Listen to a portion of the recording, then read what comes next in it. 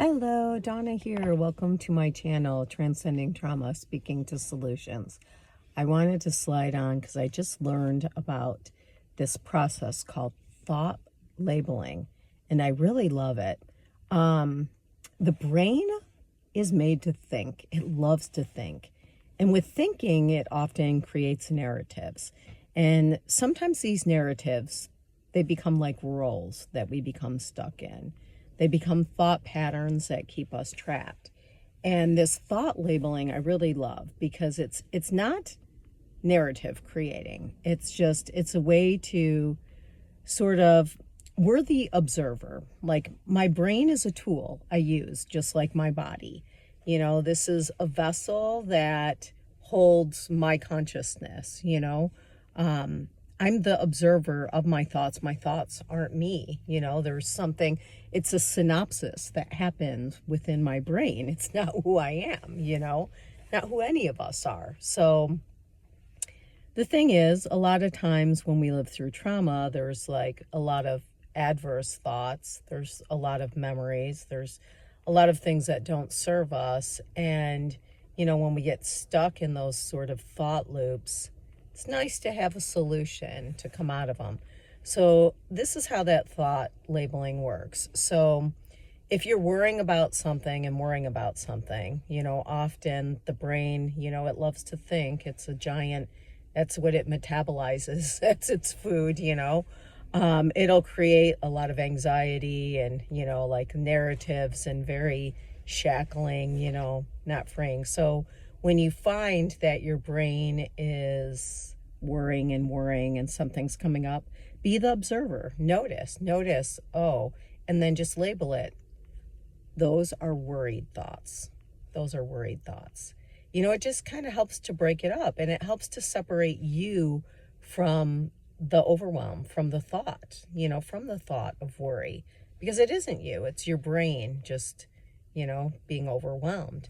And not saying never to pay attention when something is worrisome, but it's when we're overwhelmed by it, And even too, if you just label it like that is a worried thought, then you can more do something about it instead of getting caught up in the overwhelm of the narrative, of the story, of the, of the process of the brain's thinking, Instead, that's a worried thought. Sometimes that can even just dissipate it, but we can more live our lives when we're not living inside of the shackles of our mind's narratives, because a lot of the narratives have just come along with us for the ride throughout our lives, and they can keep us small and not allow us to be in the present moment, because a lot of times worry comes from a past situation that we're no longer even in. And sure, we can learn from our past, but we don't need to like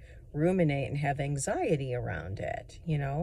It's just, just let yourself know that's just a worry thought.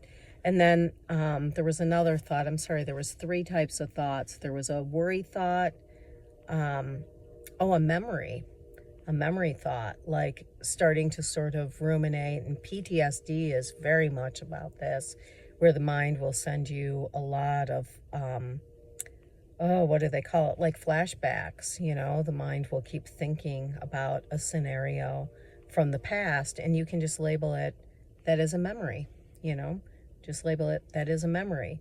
And that helps sort of put that thought to an end instead of allowing the narrative to build up. That is a memory.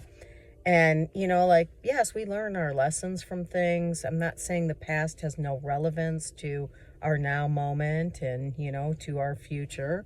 But, the fact is we are right here in the now moment where this is the only place we have breath. This is the only place we truly are, is in this present moment. So when we get stuck in those memories, it's good to just say, that's a memory, so that we don't feel so shackled by it. It's the past, And I like this other thought too, thought that I heard about, changing the narrative, that scripting in the brain is like, starting to play a new movie.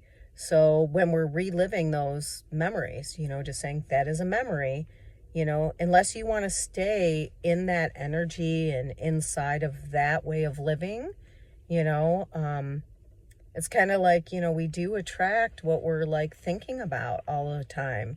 It's like an energy. Sorry, my daughter just sent a text. My doggy's not feeling good. So, to try to, change, some of that narrative.